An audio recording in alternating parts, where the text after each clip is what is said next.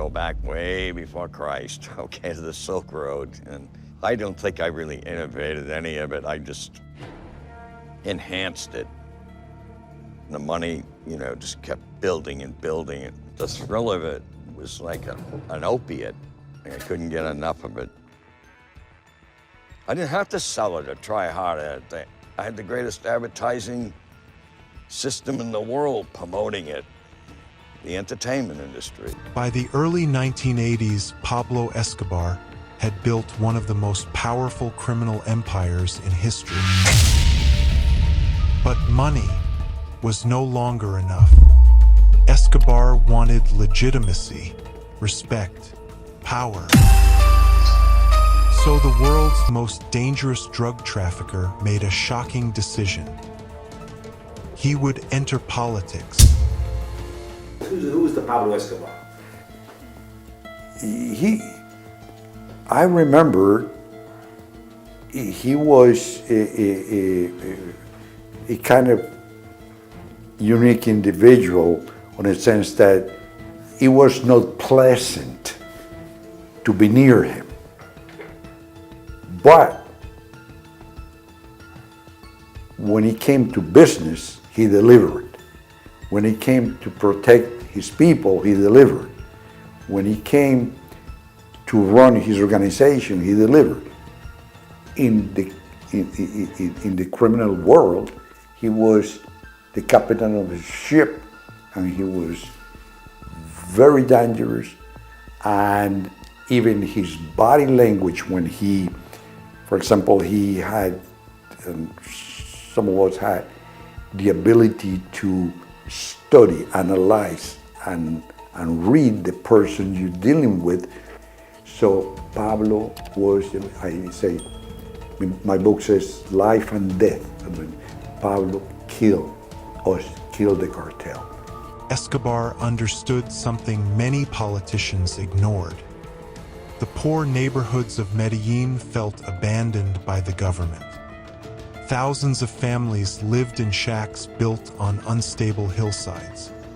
Basic services like electricity and water were unreliable. Nosotros en el año de 1983 hemos empezado un programa de arborización en todos los barrios del municipio. Escobar saw an opportunity. He began investing millions of dollars into the community. He funded the housing projects, football fields, schools, and community centers. Pecoso, ¿cómo va a cambiar su vida a partir del momento en que reciban las casas de la Fundación Medellín Sin Tuburios? ¿Qué pasa ahí? Estamos totalmente muy agradecidos del compañero Pablo Escobar Gaviria. Entire neighborhoods were built under a program called Medellin Sin Tugurios, Medellin Without Slums. To many residents, Escobar became more than a criminal. Recuerdo que una noche llegó a mi casa y me dijo que había estado en el basurero de Moravia. Y me dijo, yo voy a hacer un barrio para esa gente, yo voy a sacar a esa gente de ese barrio. He became a local hero. Some even called him Robin Hood Paisa.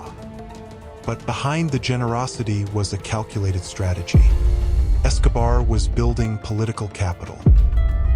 Escobar was this schizophrenic character who was a murderous, thug, monstrous person. And yet he had a real affection for his own family. He was kind of like an axe murderer that likes puppies. In 1982, Escobar made his move. He joined Colombia's Liberal Party, one of the country's dominant political groups. Using his wealth and popularity in Medellin, Escobar successfully secured a position as an alternate member of Congress. For the first time in history, a major international drug trafficker was sitting inside a national government. Escobar now enjoyed something incredibly valuable: political protection. He attended official meetings, he appeared in newspapers, and he traveled internationally with diplomatic credibility. But not everyone believed his image as a philanthropist. Some people in government had begun asking dangerous questions.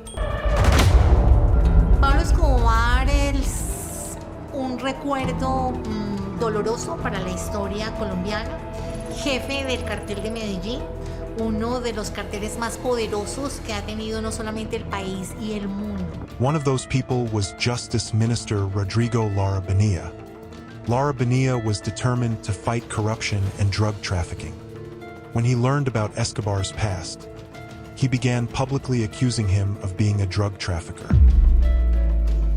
Escobar responded the only way he knew, with intimidation, but Lara Bonilla refused to back down. Debe conocer la realidad de ciertos poderosos capitales que creyeron que la amnistía patrimonial significaba el olvido de los delitos que sus titulares cometieron para lograr formar sus fantásticas fortunas. Soon, evidence of Escobar's criminal activities began appearing in the media. The scandal exploded across Colombia. The government was forced to act. Escobar was expelled from Congress. His dream of becoming a respected politician was collapsing. But Escobar wasn't finished. El ministro de Justicia le ha mentido al país aproximadamente 6 veces. Primero, le mintió al país cuando dijo que no conocía al señor Evaristo Porras. Escobar now faced a new threat. The Colombian government was beginning to cooperate with the United States. American authorities wanted traffickers extradited to stand trial in U.S. courts. For Escobar, extradition meant the end, so he launched a brutal campaign of violence. His message became infamous: plata o plomo, silver or lead, take the bribe or take the bullet. And fear in Colombia tonight. The Colombian drug barons, thought to be fleeing their government's crackdown, have made their presence felt with startling ferocity, declaring total war. NBC's Brian Ross is there. Judges were assassinated. Police officers were murdered. Journalists were threatened. Colombia was entering one of the bloodiest chapters in its history. Colombia's drug bosses struck back today, bombing and burning buildings and homes in Medellin, a stronghold of the drug cartel where troops this week carried out dozens of raids. On April 30th, 1984, Justice Minister Rodrigo Lara Bonilla was traveling through Bogota. Suddenly, gunmen on motorcycles pulled alongside his car. Shots rang out. Within seconds, Lara Bonilla was dead. The assassination shocked Colombia. For many citizens, it confirmed what they had feared. The Medellin cartel was no longer just a criminal organization. It had become a direct enemy of the state. After the assassination, the Colombian government declared war on Escobar. Police raids intensified. Cartel members were hunted. And the United States increased its involvement.